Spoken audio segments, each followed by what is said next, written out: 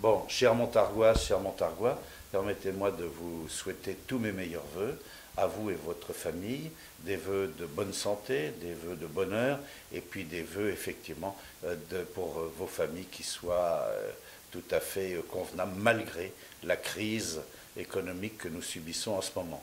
Donc soyons également optimistes, car je pense qu'un jour ou l'autre, et très prochainement, nous pourrons effectivement avoir de bonnes nouvelles. Pour Montargis, vous le savez, nous gardons le cap. Il n'est pas question de baisser les bras, il est au contraire souhaité de relever les manches, de mettre la main dans le cambouis de façon à avancer. Et ce que nous souhaitons, c'est continuer nos investissements, des investissements forts, en particulier terminer la piscine du lac, terminer le gymnase du Grand Clos, terminer le gymnase féminin, terminer tout le plan de restructuration du plateau Kennedy avec l'établissement intercommunal, mais également la voirie et une amélioration du cadre de vie des gens qui sont sur le quartier Kennedy. Et puis, bien entendu, nous continuons les travaux de l'église de Montargis, qui est un riche patrimoine de la ville. Enfin, vous le savez, dans le cadre du budget, nous souhaitons encore améliorer la vidéoprotection pour tous les habitants de la ville, avec de nouvelles caméras de surveillance dans les quartiers qui en ont besoin. Voilà, nous sommes également fiers des services techniques, des services des espaces verts, puisque vous le savez, nous avons obtenu la 4e fleur, c'est-à-dire que c'est une magnifique récompense pour tous les personnels qui travaillent depuis des années à l'amélioration de la ville de Montargis. Et cette 4e fleur, bien entendu, figurera maintenant sur toutes les entrées de la ville dans l'année 2013 et dans les années suivantes. Nous, là aussi, nous ne baisserons pas les bras, nous continuerons d'avoir une très belle ville. C'est ce que nous souhaitons pour vous et pour vos familles et pour vos enfants. Il est vrai que le grand problème actuel, c'est le problème de l'emploi, un manque d'emploi pour beaucoup d'entre nous, et là aussi, il faut nous battre. Et c'est la raison pour laquelle il est impératif d'investir dans cette ville.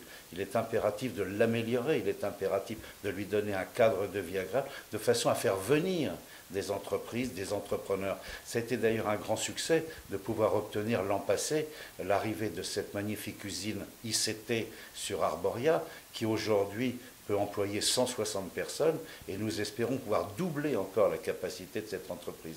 Mais également à l'intérieur de la ville, par des commerces qui ouvrent ici ou là. Donc il ne faut pas être négatif. Certains ferment, d'autres ouvrent, et je suis persuadé que l'emploi redémarrera très vite, dès l'instant où on donne tous les moyens à la ville de pouvoir faire bénéficier nos entrepreneurs d'un cadre de vie agréable. Et je pense que nous gagnerons. Il faut être unis tous ensemble. Une bonne année 2013. Bien, tout d'abord, je voudrais saluer tous les internautes qui visitent ce site au loin et les remercier de m'accueillir aujourd'hui sur leur site. Je profite donc du micro qui m'est tendu pour souhaiter une bonne et heureuse année à tous les habitants de Challettes et de son canton, des vœux de bonheur, des vœux de santé, de réussite dans leurs projets. Alors à Challettes, l'année 2012 a été une année active dans de nombreux domaines pour rendre les meilleurs services possibles à toute la population dans tous les domaines qui touchent notamment à l'école, à la jeunesse, à l'enfance, aux personnes âgées. Dans le domaine de l'école, nous avons lancé la construction d'une belle école neuve dans le bourg de Challettes qui ouvrira ses portes en septembre 2013. Et nous avons poursuivi, en lien avec le Conseil général, la construction du collège Picasso. Sur nos quartiers, le renouvellement urbain se poursuit. On pense au vaste réaménagement qui se produit sur le quartier Kennedy-Château-Blanc, avec l'aménagement de l'ensemble des espaces publics et la reconstruction et la modernisation de nombreux logements, de même que nous accueillons de nouveaux commerces dans ce quartier. Sur le secteur du Lancy, de la même façon, avec les bailleurs sociaux, nous poursuivons l'aménagement des espaces publics et la réalisation d'espaces nouveaux mis à la disposition des habitants.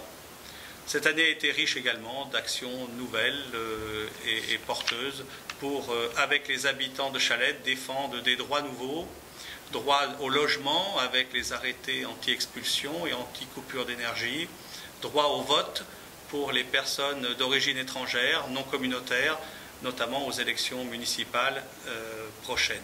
Et puis, bien l'année 2013, aujourd'hui, s'annonce bien entendu dans un contexte difficile en France et donc à Chalette de la même façon, où les habitants sont mis à contribution une nouvelle fois pour payer les conséquences d'une crise dont ils ne sont pas responsables. Alors la vie, effectivement, à Chalette, ville où les habitants ont les revenus les plus faibles de la région centre, eh bien la vie en ce début d'année 2013 est compliquée puisqu'ils font face à la baisse de leur pouvoir d'achat et de nombreuses charges nouvelles.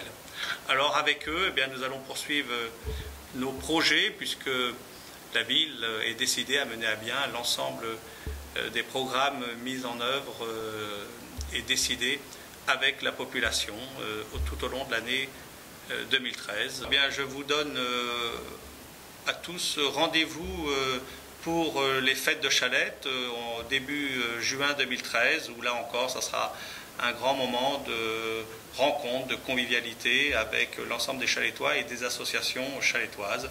En conclusion, je suis persuadé qu'à Chalette, l'année 2013 sera belle. Elle sera belle de tous les projets que nous allons bâtir ensemble.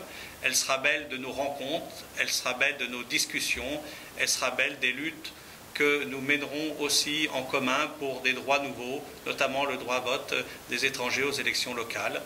Je ne doute pas que nous passerons ensemble une bonne année 2013. Mes premiers vœux, bien sûr, iront vers votre site internet, au loin.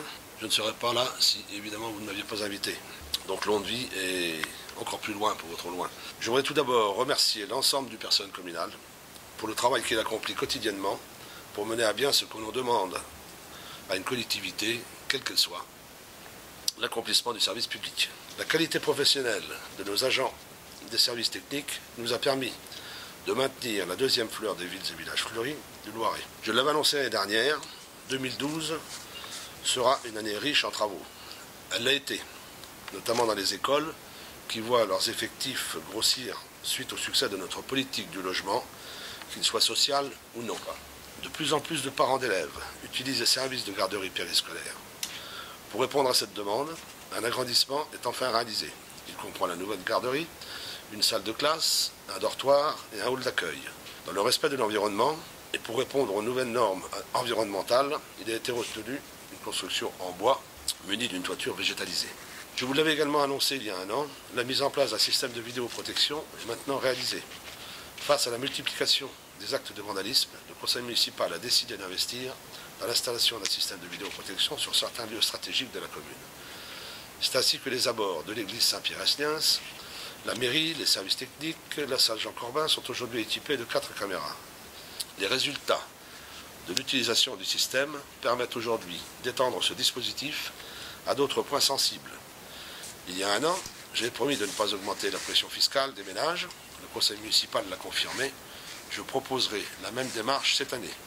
En ce qui concerne le développement économique de notre commune, indispensable surtout en cette période de crise, les espoirs se confirment.